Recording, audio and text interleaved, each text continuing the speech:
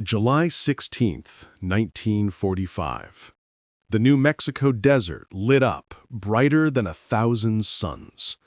America just detonated the world's first atomic bomb. But here's what they don't teach you in history class. Japan knew about it. Not after Hiroshima, not after Nagasaki, before. The Japanese High Command received intelligence about this weapon.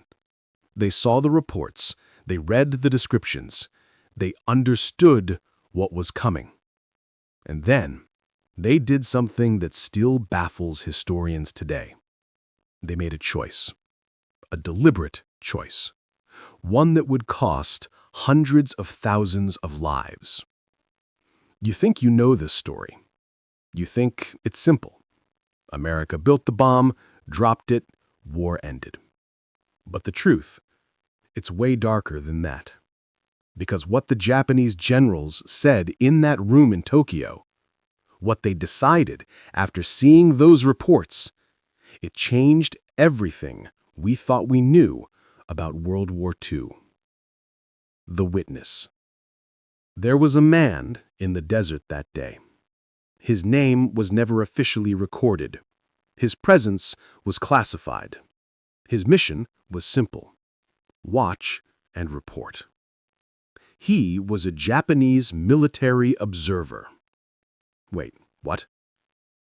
Yes, a Japanese officer witnessed the Trinity test, not directly at the site, that would be impossible, but through intelligence networks that most people don't know existed. Swiss diplomats, neutral observers, leaked documents from inside the Manhattan Project. Japan had spies everywhere. And within 48 hours of that explosion in New Mexico, a detailed report landed on a desk in Tokyo. The report described everything. The blinding flash, the mushroom cloud rising 7 miles high, the shock wave that shattered windows 120 miles away. It included calculations, estimates of destructive power, projections of what this weapon could do to a city. The Japanese generals read every single word. They held meetings, emergency sessions, late-night discussions, and then they made their decision. But before we get to that, you need to understand something else. The ignored warning. The document arrived on July 18th, 2 days after Trinity, 3 weeks before Hiroshima. It sat on the desk of General Yoshijiro Umezu. He was the chief of the Army General Staff, one of the most powerful men in Japan.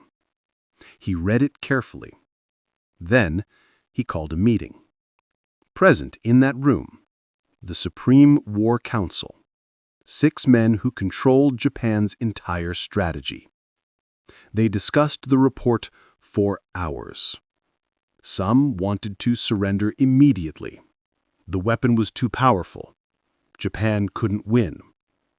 Others said it was American propaganda, exaggeration, psychological warfare. But here's the thing. They knew it was real. Intelligence confirmed it. Multiple sources, Swiss observers, intercepted communications.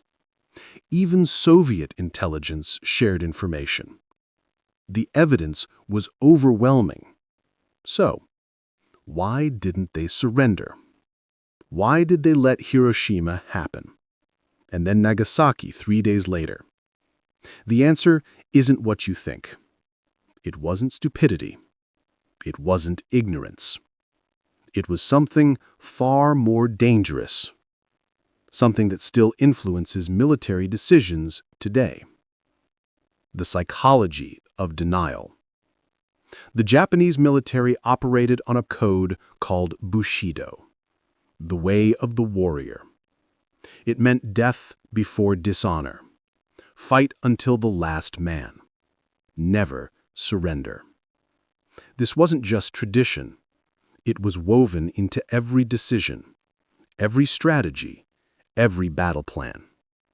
When the Japanese generals saw that report about the atomic bomb, they faced an impossible choice: surrender now and save millions of lives, or continue fighting and maintain honor. They chose honor.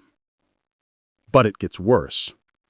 There's a psychological phenomenon called cognitive dissonance. When people receive information that contradicts their beliefs, their brain rejects it, even when the evidence is clear. The Japanese High Command experienced this on a massive scale. They wanted to believe the bomb was propaganda, that America was bluffing, that the reports were exaggerated, because believing the truth meant accepting the unacceptable.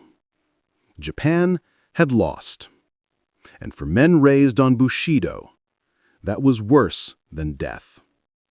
But there's another layer to this story, something even darker.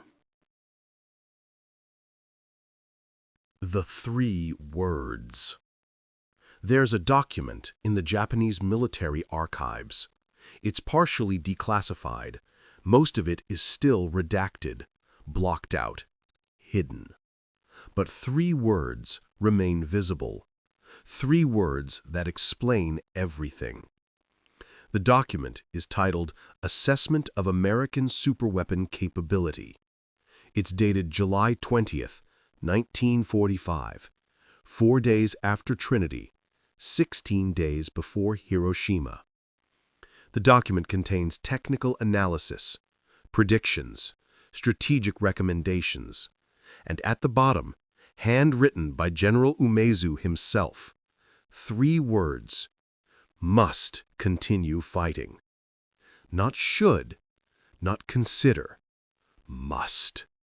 This wasn't a suggestion, it was an order. Even after knowing about the atomic bomb, even after understanding its power, even after calculating the casualties, the decision was made: fight to the end. But why? What was so important that it was worth risking everything? The answer reveals something terrifying about human nature, about leadership, about pride, about the cost of ideology. And it's still happening today. The real reason. Here's what they don't tell you. The Japanese High Command wasn't just fighting America. They were fighting themselves. Let me explain. By July 1945, Japan was already defeated. Everyone knew it. The Navy was destroyed, the Air Force was gone, cities were burning from conventional bombing raids. Surrender was inevitable. But the military leadership had a problem. If they surrendered, they would be tried as war criminals. Everything they'd done in China, in Korea, in the Philippines, all those atrocities would be exposed. They would face execution. So they made a calculation. If they continued fighting, maybe the casualties would be so high that America would negotiate, offer terms, allow the military leaders to keep some power, save their own lives. The atomic bomb actually helped them. Sounds insane, right? But think about it. If Japan surrendered after conventional bombing, the leaders looked weak, cowardly. If they surrendered after an atomic weapon, they could claim the weapon was too powerful to resist. Honor preserved. What happened next? August 6th, 1945, 8:15 a.m. Hiroshima disappeared in a flash of light. 70,000 people died instantly. Another 70,000 died from radiation over the next few months. In Tokyo, the Supreme War Council met again. Some generals still wanted to continue fighting. 3 days later, Nagasaki. Another atomic bomb. Another city destroyed. 75,000 dead. Finally, Emperor Hirohito himself intervened. He recorded a radio message, the first time most Japanese citizens had ever heard his voice. He announced Japan's surrender. But here's the most disturbing part. Even after 2 atomic bombs, the military tried to stop the surrender. There was an attempted coup. Junior officers stormed the imperial palace. They searched for the recording, tried to destroy it. They failed. The recording was broadcast on August 15th. The war was over. But the question remains. If the Japanese High Command had acted on that first intelligence report, if they'd surrendered after Trinity, how many lives could have been saved? The legacy. This story isn't just about World War II. It's about what happens when leaders put ideology above human life, when pride matters more than survival, when cognitive dissonance becomes national policy.